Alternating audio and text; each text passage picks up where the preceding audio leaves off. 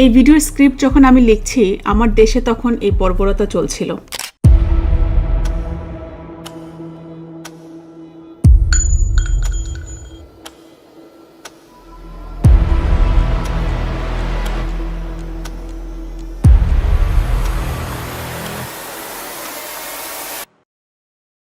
শুধু মনে হচ্ছিল এমন কিছু কি করতে পারি যেটা দিয়ে একটু হলেও কারো জীবনে পজিটিভ চেঞ্জ নিয়ে আসতে পারবো।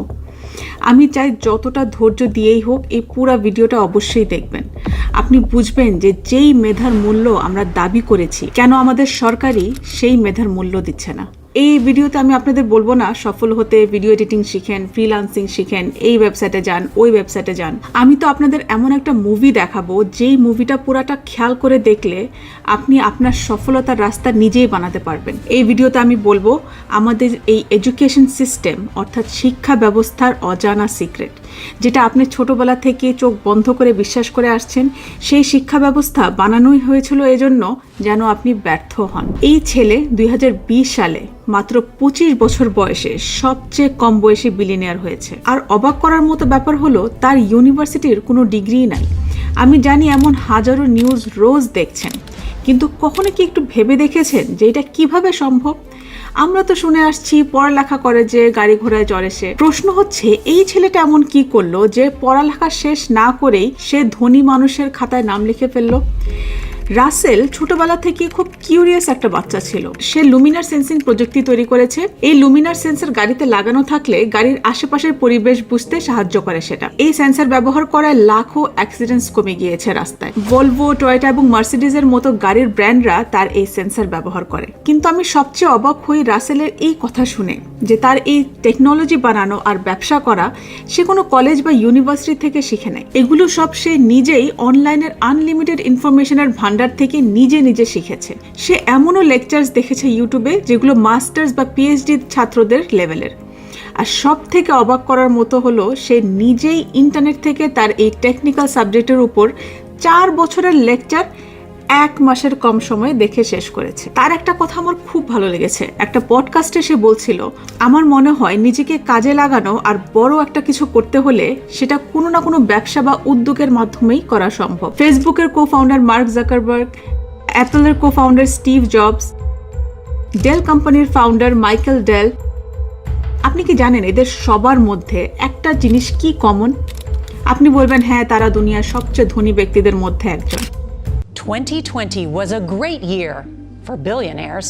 Forbes magazine says Amazon's Jeff Bezos tops its list of richest people at $177 billion. কিন্তু আরেকটা জিনিস এদের সবার মধ্যে কমন কি জানেন? তারা সবাই নিজেকে এমন একটা ফাঁদ থেকে বের করতে পেরেছে যা একসময় ধনীরা গরিবদের গরিব রাখতে পেতেছিল। আর যেই ফাঁদে দুনিয়ার বেশিরভাগ মানুষ আমার আপনার মতো খুশি খুশি নিজেকে ফেলে রেখেছি। কি সেই ফাঁদ? The trap. তার আগে এটা দেখে নেন।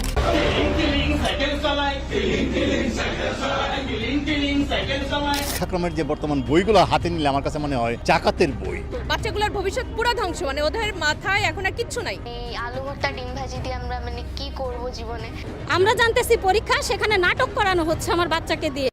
ক্যারিয়ার বা কর্মজীবন নিয়ে হতাশ বিশ্ববিদ্যালয় পড়ুয়ারা। আচল ফাউন্ডেশনের গবেষণার তথ্য মতে বিভিন্ন বিশ্ববিদ্যালয়ের অর্ধেকেরও বেশি শিক্ষার্থী নিজের ভবিষ্যৎ ক্যারিয়ার নিয়ে দুশ্চিন্তাগ্রস্ত। আর বেসরকারির চেয়ে সরকারি বিশ্ববিদ্যালয় পড়ুয়াদের মাঝে এই হতাশা সবচেয়ে বেশি।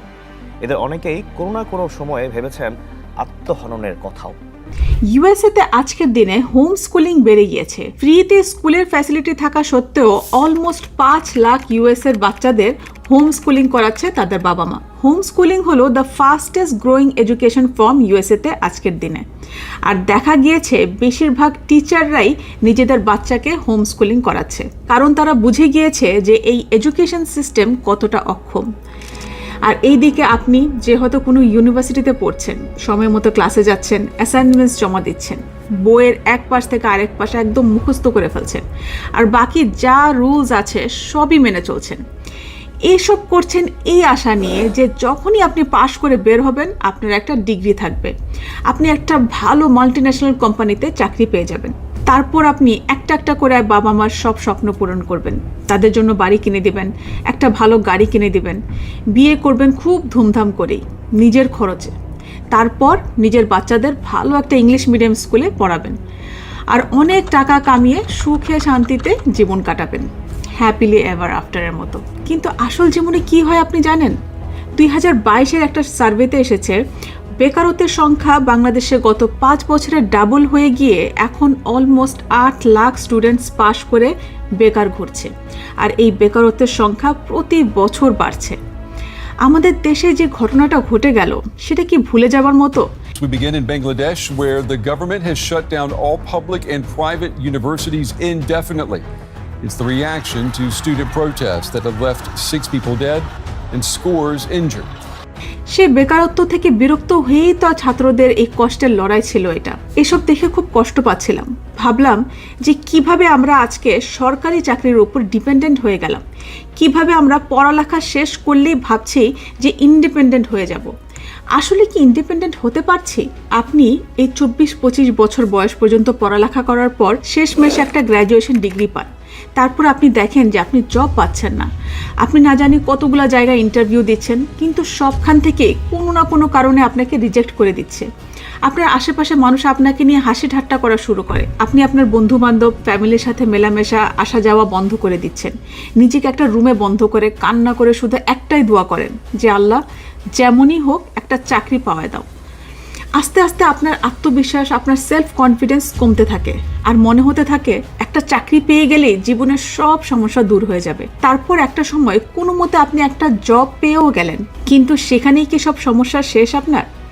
দেখা গেল যে চাকরিটা পেয়েছেন সেটার বেতন খুবই কম আপনার দরকারের থেকে, তাও আপনার দরকার তাই করে যাচ্ছেন। আপনি স্যালারি হিসাব করেন আর দেখেন যে এই বেতনে নিজে খেয়ে থেকে একটা বাড়ি কেনা স্বপ্নের মতো এখন, কিন্তু তাও কি আমরা মানুষরা স্বপ্ন দেখা ছেড়ে দেই? তখন আপনি আপনার স্বপ্নগুলো পূরণ করতে একটা হোম লোন নিয়ে ফেলেন। আপনি তো গাড়ির স্বপ্নও দেখেছিলেন, তাই একটা গাড়িও নিয়ে ফেলেন লোনে। আর আপনি এসব লোন নিয়ে অজান্তেই নিজেকে একটা ফাঁদে ফেলে দিয়েছেন। এখন আপনি শুধু একটা ভয়ই থাকেন যে আমাকে জব থেকে না বের করে দেয়, তাহলে আমি ঘরের খরচ কিভাবে চালাবো? ঘরের লোনের ইনস্টলমেন্ট দিতে হবে, গাড়ির লোনের ইনস্টলমেন্ট দিতে হবে, বাচ্চাদের স্কুলের ফিস দিতে হবে। আস্তে আস্তে আপনি আপনার স্বপ্নকে মারতে থাকেন। আপনার জীবনের একটাই গোল থাকে, সকালে উঠো, অফিস যাও, ভালো কাজ দেখাও আর দোয়া করতে থাকা যে চাকরিটা যেন ঠিক থাকে। আর এই ভয়ে আপনি রাত 8টা-10টা পর্যন্ত অফিস করেন, শুধু চাকরিটা যেন থাকে। না ফ্যামিলিকে দেওয়ার মতো সময় থাকে, না বাচ্চাদের সুন্দর মুহূর্তগুলো দেখার সময় থাকে। এই ব্যস্ত জীবনই একসময় নর্মাল হয়ে যায় আপনার জন্য, আর এই ব্যস্ত জীবনের ফাঁকে আপনি একদিন বুড়ো হয়ে যান। বয়স হবার পর আপনি যখন আপনার পিছনের জীবনের কথা ভাবেন, আপনি ভাববেন যে আমি হয়তো আনলাকি ছিলাম, তাই জীবনে বেশি কিছু করতে পারিনি। কারণ পরিশ্রম তো আপনি কম করেননি। সমাজে যেভাবে চললে একটা মানুষ সফল হবে বলা আছে, তার সব কিছুই আপনি সময় মতো করেছেন। কিন্তু সত্যি কথা যেটা, সত্যিটা জানলে আপনি আটকে উঠবেন, যেটা আজ পর্যন্ত আমার আপনার থেকে লুকিয়ে রাখা ছিল, যার ব্যাপারে কেউ কথাই বলে না, কারণ বেশিরভাগ মানুষ জানেই না, আর যারা জানে তারা এটা কখনো আমাদের বুঝতে দিবে না। The gang of 9 got together, I think it was, and decided this is what people should learn: physics, biology, chemistry, and this is how they should learn. It's like the newspaper industry, right? More printing presses, more big buildings, right? Makes us look grander. The people who built the schools were consciously aiming at eradicating the will of the students who were part of the system because they wanted them to be obedient. যে education system অর্থাৎ শিক্ষা ব্যবস্থাকে আপনি ছোটবেলা থেকেই চোখ বন্ধ করে বিশ্বাস করে আসছেন, এই শিক্ষা ব্যবস্থাকে বানানোই হয়েছিল এই জন্য যেন আপনি একজন বাধ্য সৈনিক আর কারখানার শ্রমিক হয়ে থাকেন। আপনার মনে হতে পারে আমি যা তা বলছি, আমি শুধু চাই আপনি জেনে করেন যাই করেন, আর সামনের সত্যিগুলো আরো ভয়ঙ্কর।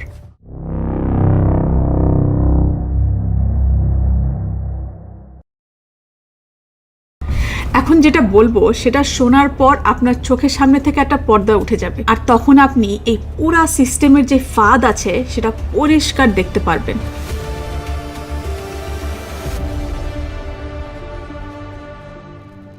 আজ থেকে 218 বছর আগে 1806 সালের কথা, নেপোলিয়ন আর প্রাশিয়ান আর্মিদের মাঝে একটা যুদ্ধ হয়।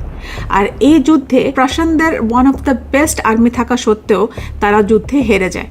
প্রাশিয়ান লিডাররা বুঝতেই পারছিল না যে তাদের এত দক্ষ আর কেপেবল আর্মি থাকার পরও তারা হেরে গেল কিভাবে।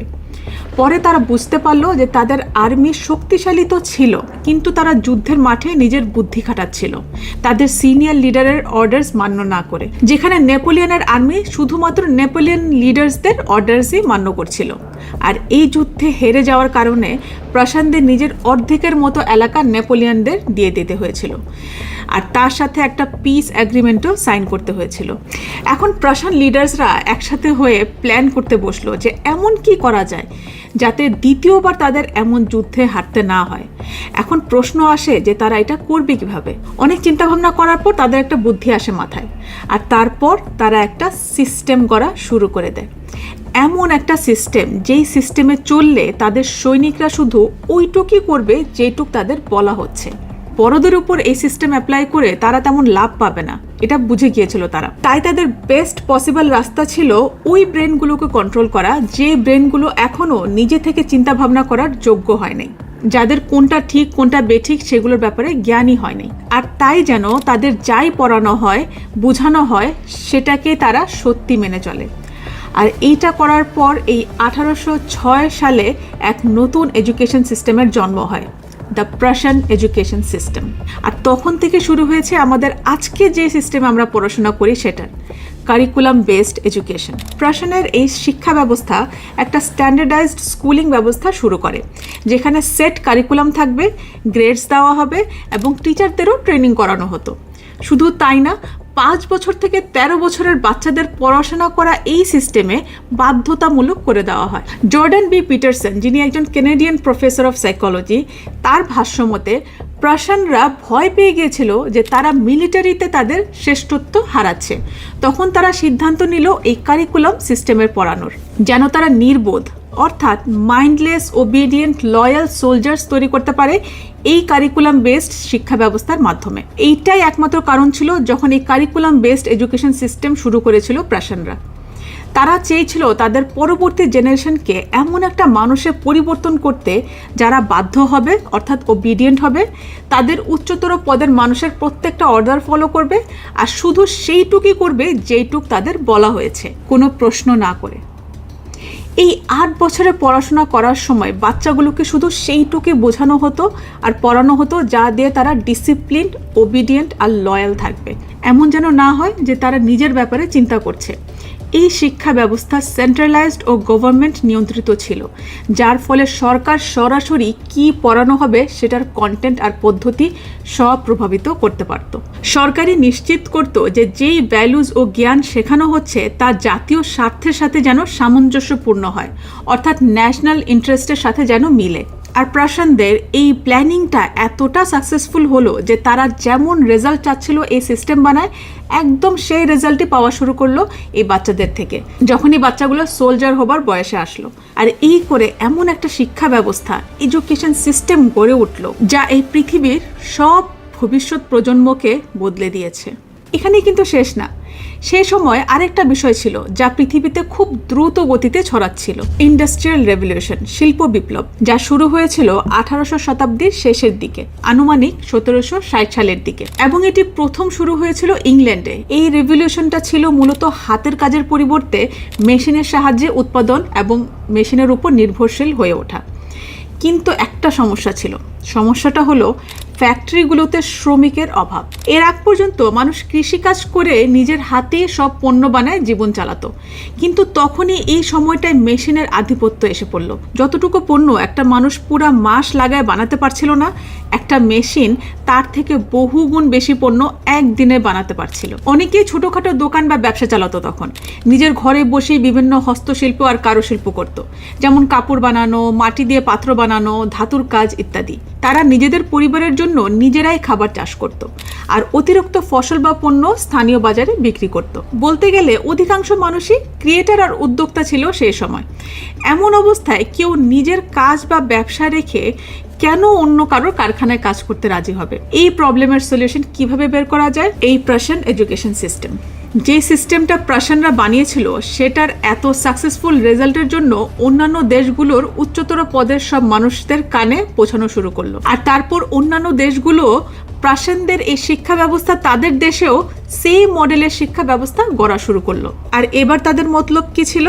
এবারের মতলব ছিল যে এমন একটা জেনারেশন তৈরি করা যেখানে তাদের ক্রিয়েটিভিটিকে মেরে ফেলা হবে আর তাদের মাথায় শুধু একটাই গোল দিয়ে দেওয়া হবে, পয়সা কামানো। একটাই অপশন থাকবে তাদের পড়া শেষ করতেই, আর সেটা হলো কারখানাতে শ্রমিক হিসেবে কাজ করা। আর ঠিক সেটাই হওয়া শুরু হয়ে গেল।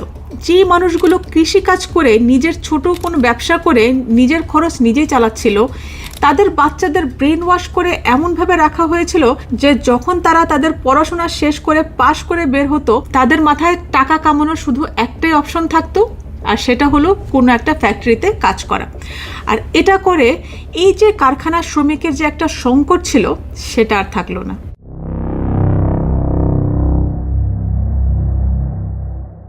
আপনার জন্ম হবার পর, আজকাল তো বাচ্চা জন্ম হবার আগে আপনার বাবা মার সবচেয়ে প্রথম যে খেয়ালটা আসে সেটা কি জানেন?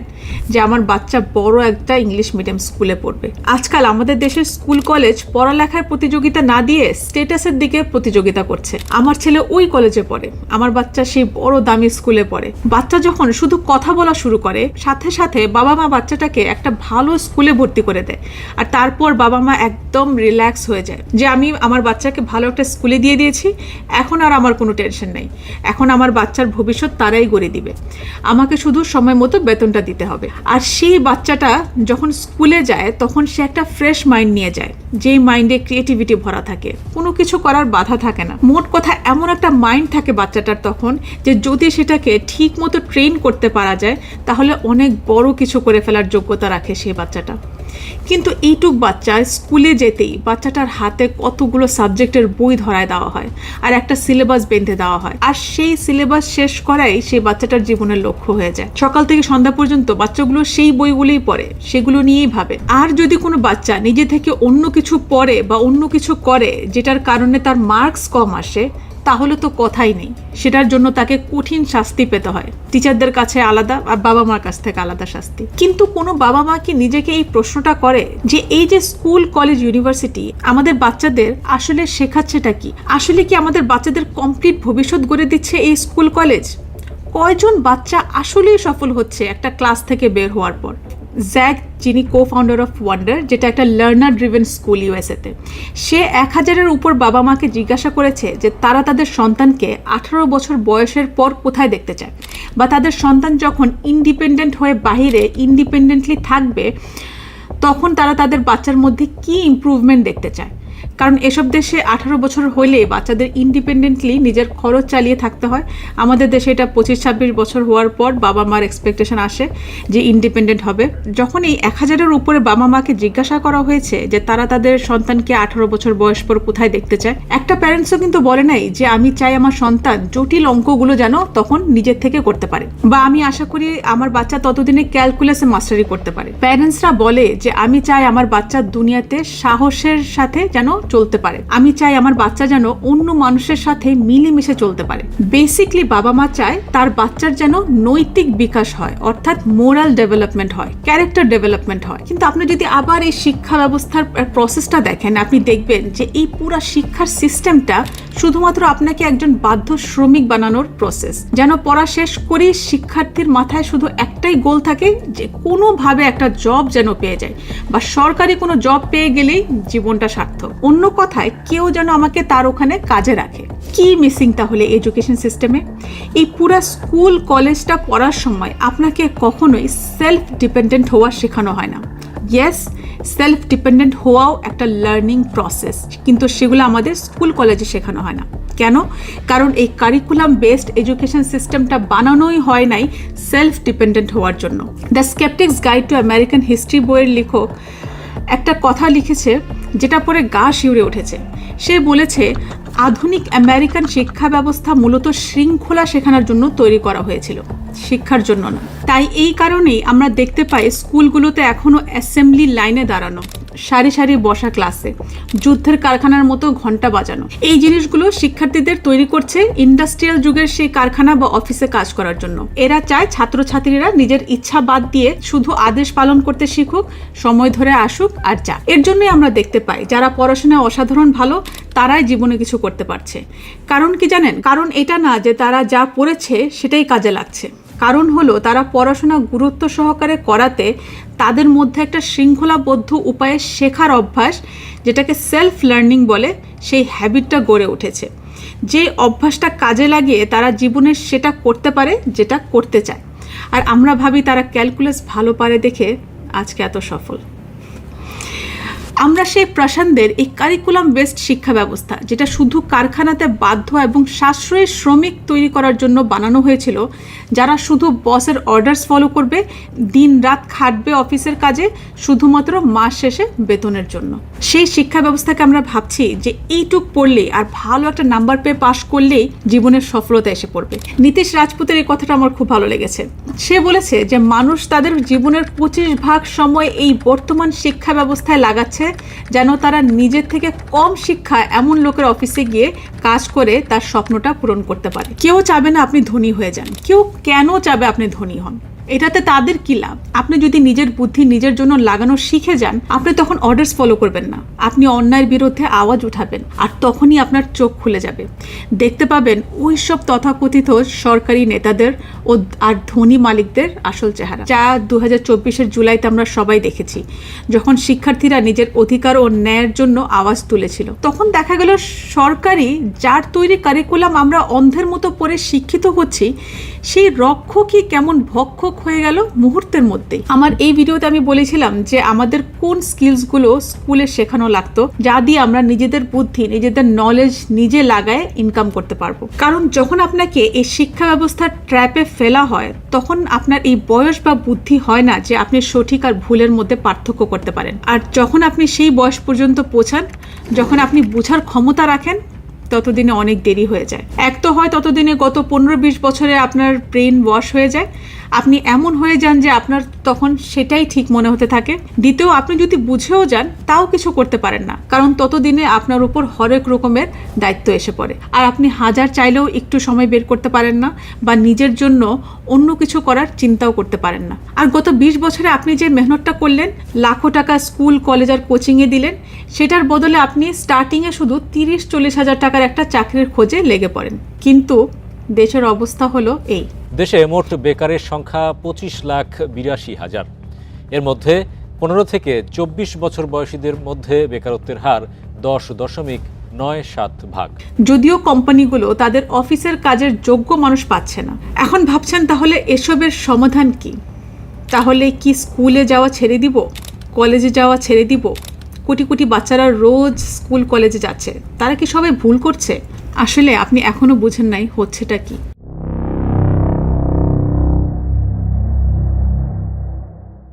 সমস্যা শিক্ষা না, সমস্যা হলো শুধুমাত্র শিক্ষা। শিক্ষা কোনো প্রতারণা না, কিন্তু শিক্ষা ব্যবস্থা একটা প্রতারণা। কোনো কিছুকে এমনভাবে প্রচার করো যেন সেটা মানুষের জীবন চলার নতুন উপায় হয়ে যায়, আর মানুষ কোনো প্রশ্ন না করে অন্ধের মতো সেটা বিশ্বাস করে চলতে থাকে। আর এটাই হয়েছে আমাদের বর্তমান শিক্ষা ব্যবস্থা প্রতিষ্ঠা করার জন্য। আপনি শুধু নিজেকে একটা প্রশ্ন করেন, কোথা থেকে এই কারিকুলাম শিক্ষা ব্যবস্থা, যেটা আপনি অন্ধের মতো শুনে আর বিশ্বাস করে আসছেন যে এই সিস্টেমে পড়ে ভালো একটা রেজাল্ট করলেই জীবনে যা চান করতে পারবেন, সেটার উৎপত্তিটা কোথা থেকে? সেটা কি প্রত্যেকটা বাচ্চাকে সফল বানানোর জন্য এই শিক্ষা ব্যবস্থা বানানো হয়েছিল, নাকি অন্য কোনো কারণে এই শিক্ষা ব্যবস্থা করা হয়েছিল? আপনি যদি এই পর্যন্ত ভিডিওটা দেখেন, আপনি তাহলে এতক্ষণে উত্তরটা খুব ভালোভাবে জেনে গিয়েছেন। যখন এই কারিকুলাম শিক্ষার সিস্টেমটা বানানো হয়েছিল, তখন পৃথিবীতে আর্মির দরকার ছিল, কোটি কোটি শ্রমিকের দরকার ছিল, নতুন যেই কারখানা হচ্ছিল ইন্ডাস্ট্রিয়াল রেভলিউশনে, সেখানে কাজ করার জন্য। কিন্তু আজকেও কি এই সিচুয়েশনে আছি আমরা? এখনও কি আমরা শুধু পড়াশোনা করছি সেই একই সিস্টেমে, সেই মাইন্ডলেস ফ্যাক্টরি ওয়ার্কার হবার জন্য? কেন আমরা এই সিস্টেমটাকে অন্ধের মতো বিশ্বাস করে শুধু বাধা ধরা পড়ালেখা করে যাচ্ছি, এটাতে কোনো ইমপ্রুভমেন্ট যা এই যুগের জন্য দরকার সেটা না এনে? আর শকিং নিউজ কি জানেন? এই artificial intelligence, robotics, virtual reality, augmented reality আর ক্লাউড কম্পিউটিং আগামী 10 বছরে আমাদের জীবন আর কাজের ধরনকে পুরোপুরি বদলে দিবে। মানুষ আর মেশিনের সম্পর্কে একটা নতুন যুগ শুরু হতে যাচ্ছে। ডেল টেকনোলজিস আর ইনস্টিটিউট ফর দ্য ফিউচারের করা গবেষণায় এসেছে যে এই 2030-এর মধ্যে 85% চাকরি এমন হবে যেটা এখনও আমাদের জানাই নেই। আপনার কি মনে হয় আমাদের শিক্ষা ব্যবস্থা এই যে এত বড় চেঞ্জ যে আসছে পৃথিবীতে অলমোস্ট এসেই পড়েছে বললে চলে, সেটার জন্য প্রস্তুত? সেই ভবিষ্যতের নতুন চাকরি কাজ যা ওপেন হবে সেগুলোর জন্য রেডি করানো হচ্ছে? এসব শুনে মনে হতে পারে পৃথিবী অনেক কঠিন হয়ে যাচ্ছে, পড়ালেখা করেই মাথা ওঠানোর সময় হয় না, এক্সট্রা আবার কিছু শেখার সময় কোথায়? কিন্তু আপনি কি জানেন ফিনল্যান্ড, সুইডেন, নেদারল্যান্ডসের মতো দেশগুলোতে এই কারিকুলাম বেসড পড়ার পাশাপাশি আরও কী করাচ্ছে তাদের ভবিষ্যৎ প্রজন্মকে আজকের পৃথিবীর সাথে তাল মিলিয়ে চলার জন্য? ফিনল্যান্ডে ওরা প্রজেক্ট বেসড লার্নিংয়ে বেশি ফোকাস করে। সুইডেনের শিক্ষকরা কারিকুলাম কাস্টমাইজ করতে পারে স্টুডেন্টদের দরকার অনুযায়ী।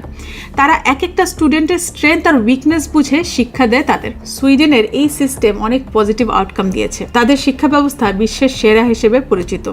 নেদারল্যান্ডসে ওরা ক্রিয়েটিভ থিঙ্কিং আর প্রবলেম সলভিংয়ে বেশি জোর। মোট কথা আমাদের শিক্ষা ব্যবস্থায় creativity, emotional intelligence, character development, financial literacy, communication, problem solving, entrepreneurial education and most importantly continuous education and upskilling শেখানোই হয় না। আমাদের শিক্ষা ব্যবস্থা আমাদের নিজে নিজে চিন্তা করতে বা নিজে নিজে শিখতে শেখায় না। এগুলো কমপ্লিটলি মিসিং আমাদের এই কারিকুলাম বেসড এডুকেশন সিস্টেমে। অনেক মানুষই যখন এগুলোর নিড বুঝে, যখন আউট অফ দ্য ওয়ে গিয়ে এসব নিজের মধ্যে ডেভেলপ করে, তখনই তাদের আমরা দেখি বড় কিছু করে ফেলতে, সেই রাসেল ছেলেটার মতো। খেয়াল করে শুনবেন, আপনার সামনে দুইটা রাস্তা আছে। এক, আপনি এই ভিডিওতে বলা কথাগুলোকে জাস্ট এন্টারটেনমেন্ট হিসেবে নিয়ে নেক্সট ভিডিওতে চলে গেলেন, আর সারা জীবন নিজেকে আর নিজের সামনের প্রজন্মকেও এই ফাঁদে ফেলে রাখলেন। দ্বিতীয়, আপনারা নিজেদের রাস্তা নিজেরা বানান, সেলফ ডেভেলপমেন্ট বুকস পড়েন, যেগুলো স্কুলে পড়ানোর কথা ছিল কিন্তু পড়ানো হয়নি। এই জন্য আমরা নিজেরা নিজেদেরকে কিভাবে অ্যাসেস করতে হয় সেটাই জানি না, নিজেকে কিভাবে বেটার বানানো যায় সেটা জানি না। Money management, human psychology, entrepreneurial books পড়েন। এক একটা বইতে তাদের সারা জীবনের নেওয়ার নলেজ দেয়া থাকে, যা আপনি শুধু পড়েই জানতে পারবেন। আপনার ফিল্ড এবং ইন্টারেস্টের সাথে মিলে এমন বই পড়েন। যে স্কিল শিখতে আর সেই স্কিল শিখে যেই টাকা ইনকাম করবেন ভেবে আপনি কলেজ ইউনিভার্সিটিকে লাখ লাখ টাকা দিচ্ছেন, সেই স্কিল আপনি নিজে থেকে শিখেন, আরও ফাস্ট আর আরও গভীরে শিখতে পারবেন। আপনার ফিল্ড রিলেটেড কোর্সেস করেন, ফ্রিতে হার্ভার্ড, MIT লেভেলের এডুকেশনাল ভিডিওস আছে, সেগুলো দেখেন। তাহলে আপনি অনেক দূর তাদের থেকে আগায় যাবেন যাদের সাথে আপনি সেই কলেজে প্রতিদিন ক্লাস করছেন।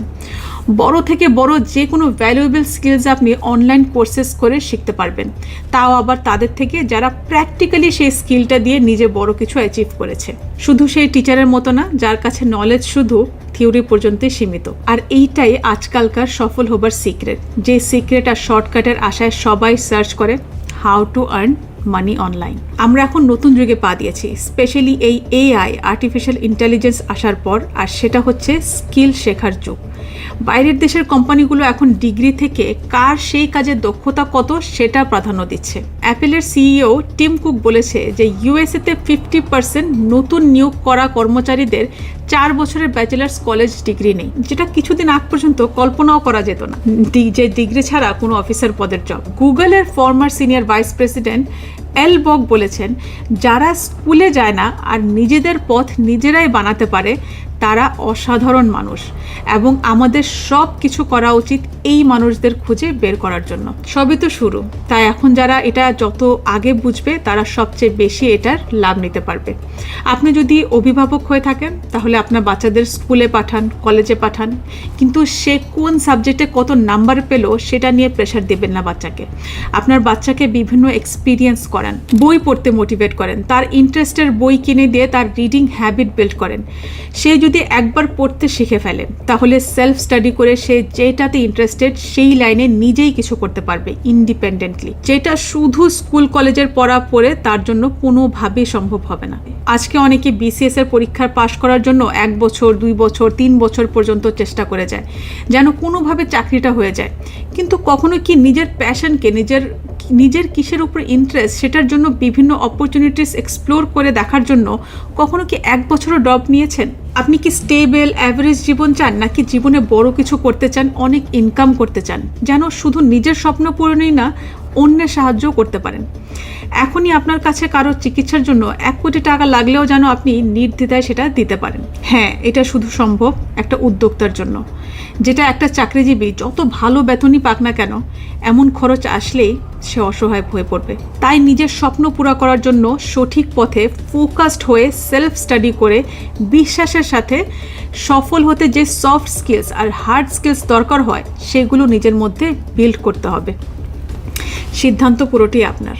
ডেসক্রিপশন বক্সে আমি আপনাদের জন্য কিছু ফ্রি টুলস রেখেছি আপনার জার্নি স্টার্ট করার জন্য একটা সিস্টেমাইজড ওয়েতে। ওই যে বলা হয় অ্যাকশন ছাড়া নলেজ কোনো কাজেরই না। তাই আপনাদের অ্যাকশন নেওয়ার জন্য আমি নোশন টেমপ্লেট বানিয়ে দিয়েছি, ডেসক্রিপশন থেকে ডাউনলোড করে নিতে পারবেন। নোশন টেমপ্লেটটা কিভাবে ব্যবহার করবেন যদি কনফিউজ থাকেন নিচে কমেন্ট করে জানাবেন, আমি একটা নোশন টিউটোরিয়াল ভিডিও করে দেখিয়ে দিব আপনাদের।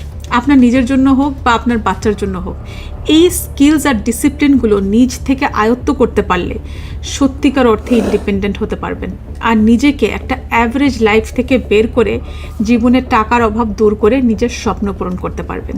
এই ভিডিওটা কেমন লেগেছে এবং আপনার মন্তব্যটা কি নিচে কমেন্ট করে অবশ্যই জানাবেন। আপনাদের কমেন্টের অপেক্ষায় রইলাম। আবার দেখা হবে নেক্সট ভিডিওতে। Till then stay safe and be productive.